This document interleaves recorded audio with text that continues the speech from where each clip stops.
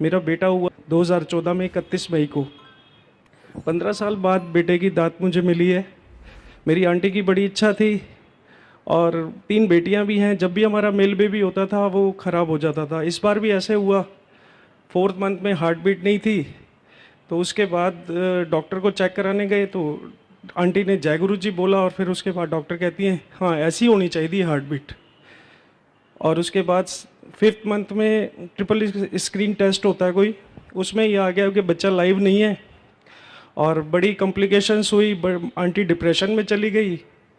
मुझे उनकी काउंसलिंग भी करवानी पड़ी और 3 दिन तक ऐसी स्थिति रही कि मैंने गुरुजी से यही कहा, गुरुजी मुझे वाइफ की कॉस्ट पे बच्चा नहीं चाहिए, जो आपकी मर्ज़ी है वो ठीक करना, बट मेरे को इतनी वो ना देना कि मैं इस कॉस्ट पे अपना बच्चा हासिल करूं। उसके बाद डॉक्टर ने कहा नहीं ठीक है देखते हैं आगे ट्राई।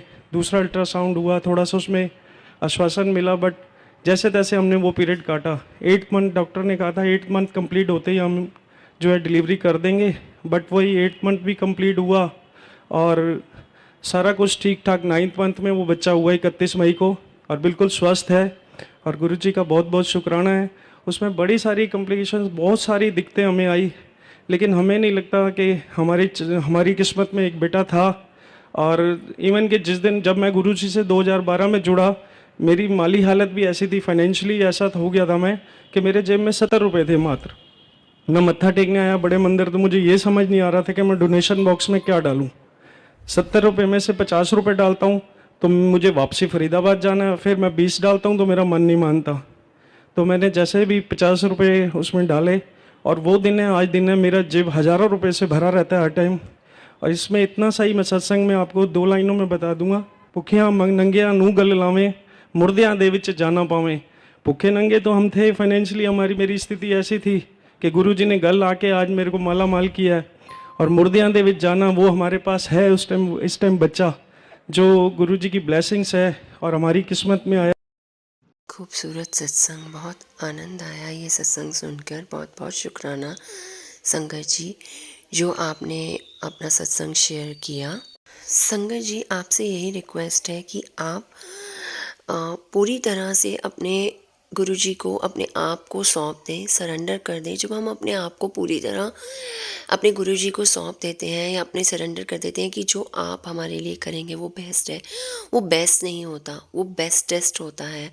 जो गुरुजी हमें ब्लेसिंग्स देते हैं उससे बढ़कर ब्लेसिंग्स कोई नहीं होती। संगत जी, no if no but, total surrender करना है। अपने आप को पूरी तरह सरेंडर कर दीजिए, गुरुजी को अपने आप को सौंप दीजिए। गुरुजी की फिर मिरेकल्स और मौजा आप सब ने ही पानी है। फिर वेखे जाओ गुरुजी दे नज़ारे।